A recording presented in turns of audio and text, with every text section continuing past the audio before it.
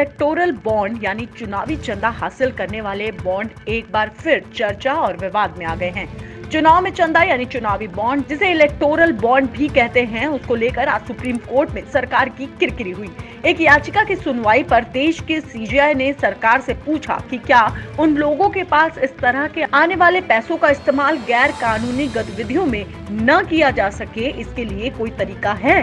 Court ने कहा कि राजनीतिक दल चुनावी चंदे के नाम पर लिया पैसा हिंसक प्रदर्शन या दूसरी गैर कानूनी उद्देश्य के लिए करता है तो उससे कैसे निपटा जा सकता है। Chief justice एस.ए. बोबड़े की 2 सदस्य वाली बेंच ने कल अटॉर्नी जनरल के वेणुगोपाल से कहा, ऐसे राजनीतिक दल भी हैं जिनके एजेंडा हिंसा है। क्या ऐसे दल आतंकी गतिविधियों को अंजाम देने के लिए फंडिंग नहीं करते होंगे? अगर राजनीतिक दल फंड इकट्ठा करे और इसका इस्तेमाल किसी प्रदर्शन में करे और प्रदर्शन हिंसक हो जाए तो फंड के इस तरह के इस्तेमाल पर सरकार का नियंत्रण क्या होगा? आइए आपको बताते हैं कि इलेक्टोरल बॉन्ड क्या होते हैं। दरअसल सरकार ने इस दावे के साथ साल 2018 में इस बॉन्ड की शुरुआत की थी कि इससे राजनीतिक फंडिंग में पारदर्शिता यानी ट्रांसपेरेंसी बढ़ेगी और साफ सुथरा फंड आएगा। इससे कोई भी चंदा देने वाला आदमी, कॉर्पोरेट और संस्थाएं बॉन्ड खरीद कर राजनीतिक दलों को चंदे के रूप में देती है और राजनीतिक दल इस बॉन्ड को बैंक में भुना कर रकम हासिल कर लेते हैं।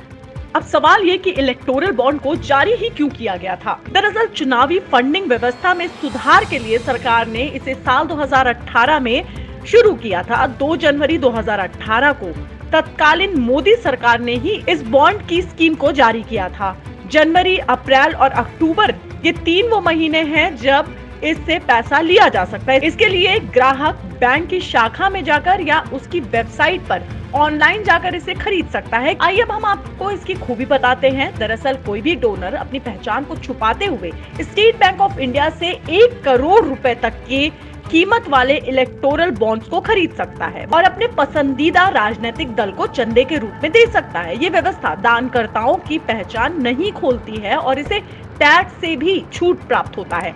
आम चुनाव में कम से कम 1% वोट हासिल करने वाले राजनीतिक दल को इस बॉन्ड से चंदा हासिल कर सकते हैं। Association for the democratic reforms (ADR) ने इलेक्टोरल बॉन्ड्स व्यवस्था को सुप्रीम कोर्ट में चुनौती दी थी। चुनाव आयोग ने भी इस बात को स्वीकार किया था कि इलेक्टोरल बॉन्ड से साल 2017-18 में सबसे ज्यादा 210 करोड़ रुपए का चंदा भारतीय जनता पार्टी को मिला। चुनावी फंडिंग व्यवस्था में सुधार के लिए सरकार ने इलेक्टोरल बॉन्ड की शुरुआत की है। सरकार ने इस दावे के साथ इस बॉन्ड की शुरुआत की थी कि इससे राजनीतिक फंडिंग में पारदर्शिता बढ़ेगी और साफ सुथरा धन आएगा, काले धन पर रोक होगी। हालांकि इस बॉन्ड की पारदर्शिता लाने की जगह जोखिम और बढ़ा दिए हैं। यही नहीं, विदेशों से भी जो चंदा है उसके आने की गुंजाइश इससे दिखती है और इसी पर चिंता जताते हुए आज सुप्रीम कोर्ट ने राजनीतिक पार्टियों से सवाल किया।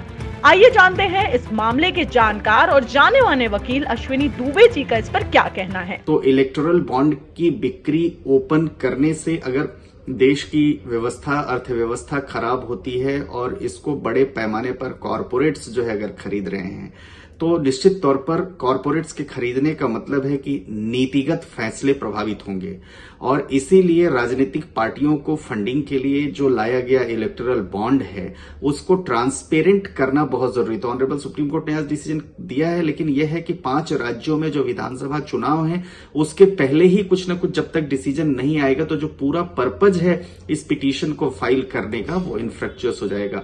और मैं समझता हूं कि जिस तरह से पश्चिम बंगाल, तमिलनाडु, केरल और आसाम में होने वाला चुनाव है उसमें फर्जी कंपनी के जरिए, इलेक्टोरल बॉन्ड के जरिए राजनीतिक फंडिंग भी हो सकती है। इस संभावना से भी इंकार नहीं किया जा सकता है।